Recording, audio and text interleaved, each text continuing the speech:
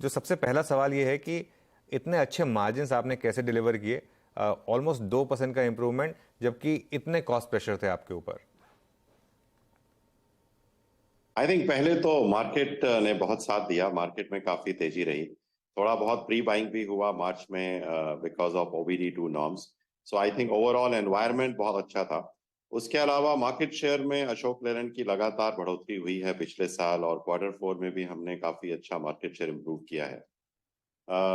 साथ ही में अच्छा फोकस था अशोक लेलैंड का पूरा साल कॉस्ट सेविंग्स पर, और उसके बहुत सारे जो इनिशिएटिव्स थे उनका रिजल्ट भी हमको मिला Q4 में।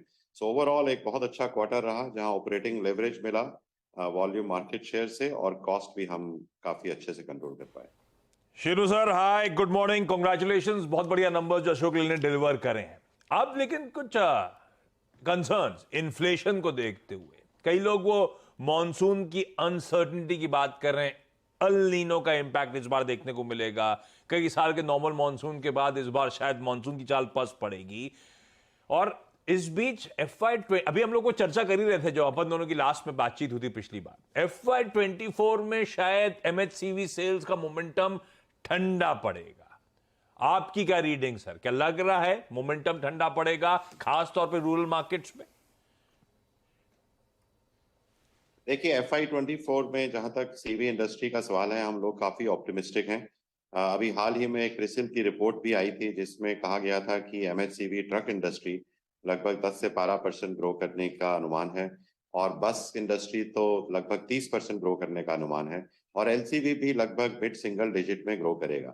आई थिंक हमारा सोच भी काफी उससे मिलता जुलता है। हमें लगता है ओवरऑल CV इंडस्ट्री 10% या उससे थोड़ा अधिक ग्रो करना चाहिए FY24 में।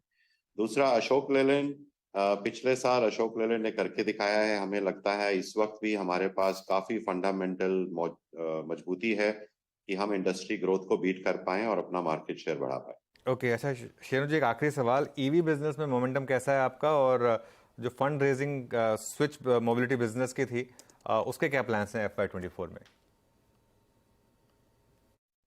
अशोक लेलैंड आने वाली टेक्नोलॉजी जो है अल्टरनेटिव फ्यूल्स की, उस पर बहुत ज्यादा फोकस्ड है।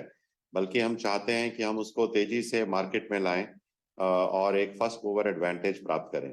सिर्फ टेक्नोलॉजी में नहीं, बल्कि उसके इकोसिस्टम क्रिएशन में भी हमको पार्टिसिपेट करना पड़ेगा, क्योंकि प्रोडक्ट्स तो ऐसा लगता है कि रेडी हो जाएंगे आने वाले समय में 1 या 2 साल में, लेकिन इकोसिस्टम डेवलपमेंट में जब तक सारे OEMs या बाकी पार्टनर्स पार्टिसिपेट नहीं करेंगे, इकोसिस्टम डेवलप नहीं होगा। सो अशोक लेलैंड की जो सोच है वो दोनों तरह से है, पार्टनरशिप्स पे, इकोसिस्टम डेवलपमेंट के लिए, और अपनी टेक्नोलॉजी को डेवलप और मैच्योर करने में। जहां तक स्विच का सवाल है, स्विच एक बहुत ही स्ट्रेटेजिक इन्वेस्टमेंट है हमारी। वो हमारी एक सब्सिडरी है, जिसमें हमने इलेक्ट्रिक बसेस और इलेक्ट्रिक LCV को डेवलप करने का काम कर रहे हैं। स्विच में हम लोग कुछ समय से बात कर रहे थे कि हमें एक इन्वेस्टर चाहिए, और हम अभी भी बहुत ओपन हैं उस इन्वेस्टमेंट के लिए, लेकिन हम एक राइट प्रोफाइल का इन्वेस्टर, स्ट्रेटेजिक इन्वेस्टर राइट समय पर लेकर आना चाहते हैं। अभी आपने देखा हमारे FY23 के रिजल्ट्स में कि हमारा अशोक लेलैंड का बैलेंस शीट काफी हेल्दी है।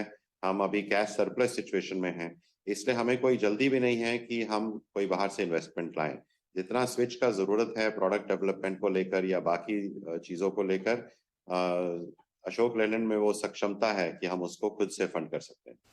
ओके, शेरू जी, शुक्रिया जुड़ने के लिए।